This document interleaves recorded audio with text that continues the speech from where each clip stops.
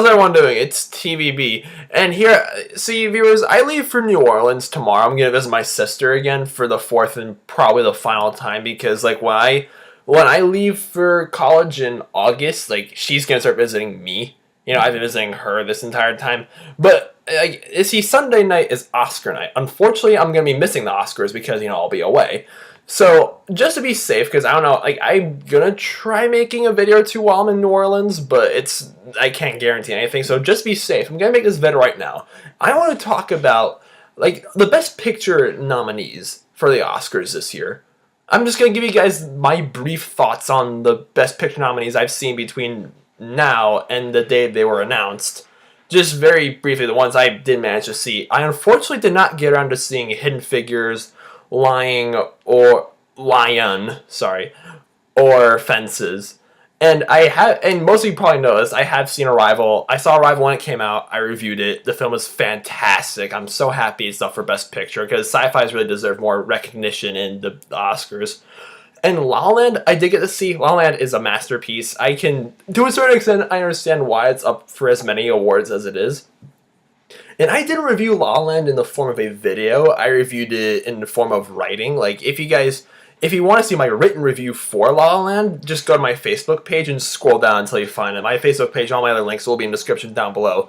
So yeah, let's get to it. The Best Picture nominees I have not reviewed that I have seen. Alright, I really want to talk about Hell or High Water because it actually did. I didn't get a chance to review it, but it did appear in my top 9 best movies of 2016 list.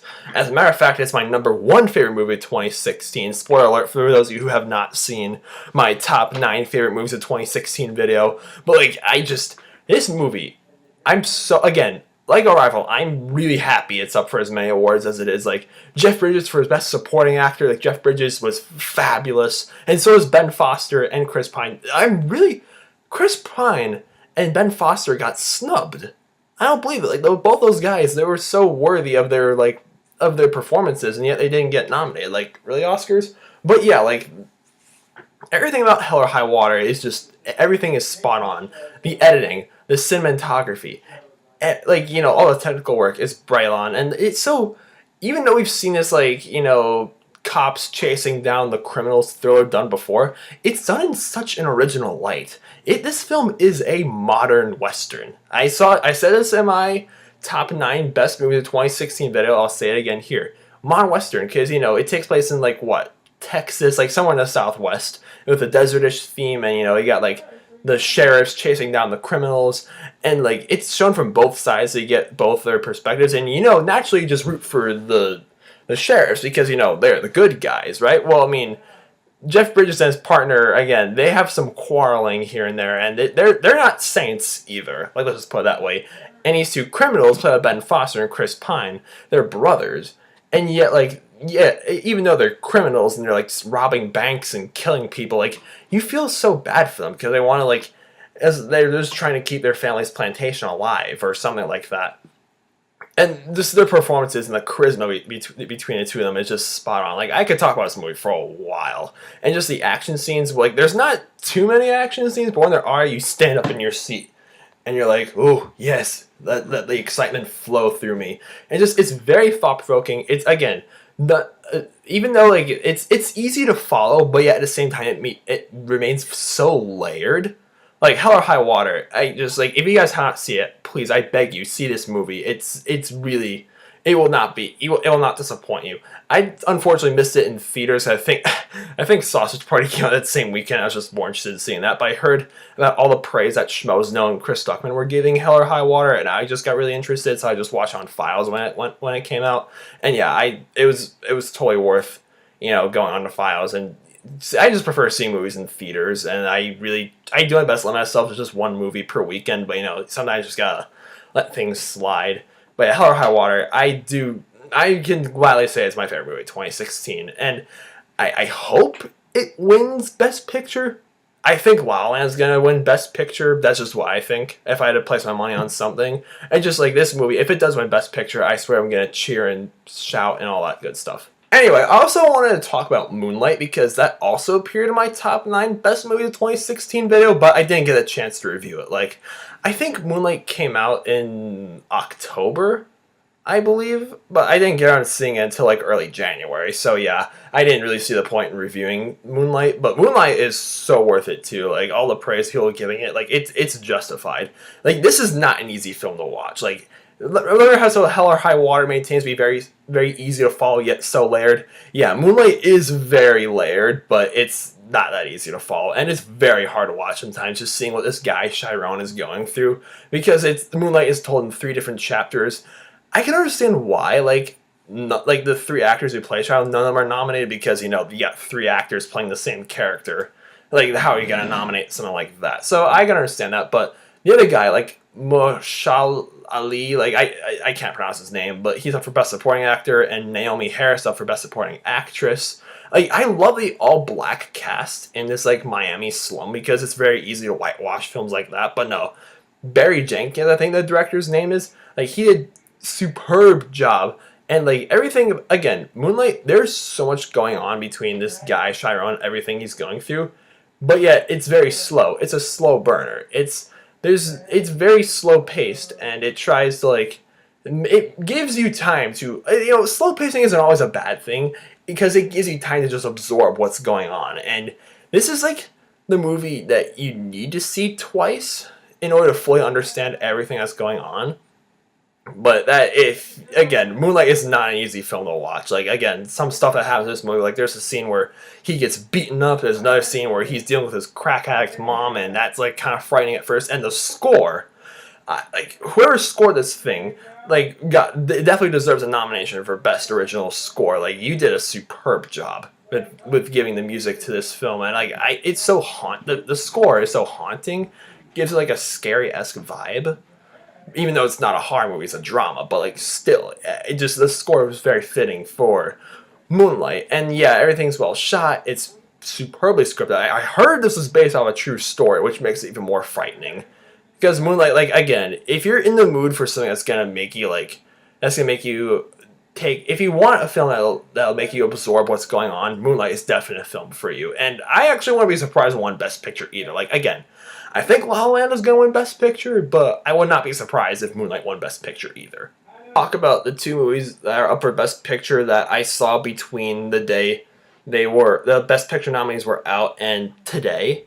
And the first film to do so is Manchester by the Sea. I did see Manchester by the Sea for my mother's birthday, and Manchester by the Sea centers around this guy played by Casey Affleck. He's a plumber, and he's really down on his luck. He's an alcoholic. He tends to like pick fights with a lot of people. But then his more successful brother passes away, and as a result, he has like adopt his nephew and sort of like live with him, and like his nephew's still in high school and whatnot.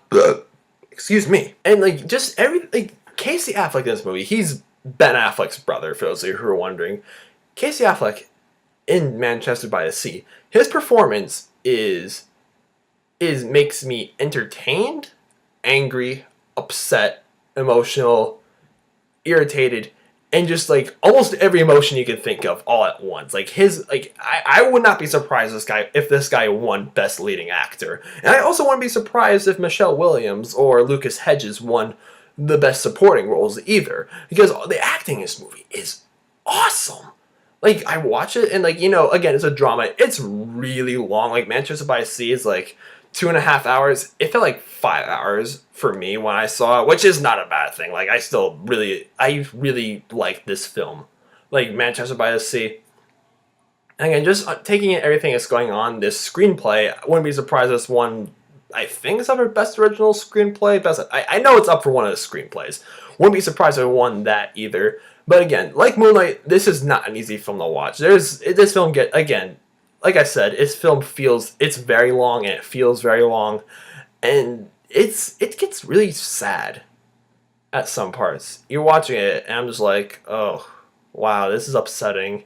And other parts make you go, wow, what just happened, and all that stuff. Like, it's not easy to follow because there's like various flashbacks with Casey Affleck. Most of the movie is told in the present tense. But yet, like, there are other moments where he has flashbacks when his brother was still alive. And, the timelines and all that stuff, it overlaps, and that's not too even. So, yeah, this film, not the easiest film not an easy film to follow, not an easy film to watch. But Manchester by the Sea has a brilliant, like, cast with brilliant performances and superb writing. And again, if you want a film that's going to make you feel like almost every emotion in the English language all at once, and if you're in the mood, just sit down for like a while and just watch something, like I would highly suggest Manchester by the Sea. It's totally worth watching if you're in the conditions for what I just told you. Actually, I wouldn't be that surprised this won Best Picture either. Because, like, Best Picture nominees, like, they're very safe bets. Like, I'm not entirely sure, like, who I think would be most likely to win Best Picture. Again, I think the most likely win is La La Land, but now that I'm thinking more and more about it, I would not be surprised if Moonlight or Manchester by the Sea wins. Just saying, like, as much as I love Hell or High Water or Arrival, like, I feel like it's unlikely for them to win. Like, I hope one of those two wins, but, like, false hopes, what can I say? But anyway, the last Best Picture nominee I saw that between when all the nominees were announced and up until now, I'm so happy that I got to see Hacksaw Ridge. Like, this movie, Mel Gibson, welcome back, my man. Like, I heard that, I haven't seen Passion of the Christ, but I heard it's complete blasphemy, that film. So yeah, I'd rather not watch that. But guys, Hacksaw Ridge is so worth watching. Like, yeah, it's really gory, and yeah, it's depiction of World War II. It's very graphic and disturbing, but it's realistic, because that's what people need to understand about, like, R-rated war movies, where it's like there's like blood flying all over the place. Like, guys, if you get shot in the face, you're gonna bleed, and if there's an explosion right next to you, you're gonna bleed, and if someone stabs you in the chest with a knife, you're gonna bleed, like that sort of thing. But it's still such an interesting tale about this guy played by Andrew Garfield. And Andrew Garfield, I wouldn't be mad if Andrew Garfield would win Best Actor in a Leading Role. Like, I hope Casey Affleck wins, but I wouldn't be mad if he wins either, because he captures the character of this, like, boy from Virginia who signs up for the military. Like, he originally wanted to be a medic, but no, they put him in, like, a combat rank instead. But he just doesn't believe in violence. He loves God too much to pick up a gun and shoot another person. And he, like, just seeing, like, this movie, like, I admit the dialogue is kind of corny at parts because, country kids, but, like, but still, again, Andrew Garfield kills it in this role, and it has a very likable supporting cast too. Like, yeah, you saw in the trailer how, like, nobody likes him at first, but you get introduced to all these characters, and I'm like, oh, okay, these guys are pretty cool too. I'm just seeing him, how it's all based off of a true story.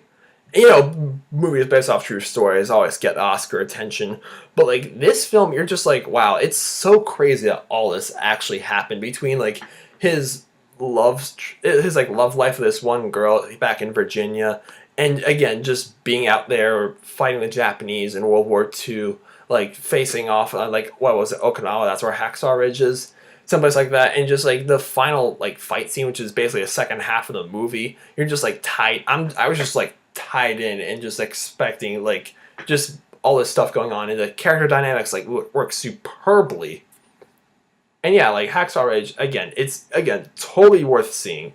Again, how many times can I say again? One, like, in a span of 30 seconds. I'm sorry, but yeah, guys, all these Best Picture nominees that I have, like, all the Best Picture nominees I have seen, like, I've heard amazing things about Hidden Figures and Fences and Lion, but, like, Arrival, Hell or High Water, Hacksaw Ridge, Moonlight, Manchester by the Sea, and what the heck was the other? And Arrival. Like, all those are fantastic. Like, I would highly suggest seeing all those films. Like, if you haven't seen, if you want to, like, watch them all before the Oscars come around, like, good luck to you. But anyway, thank you guys so much for watching. Like, who do you guys think is going to win Best Picture? How about this?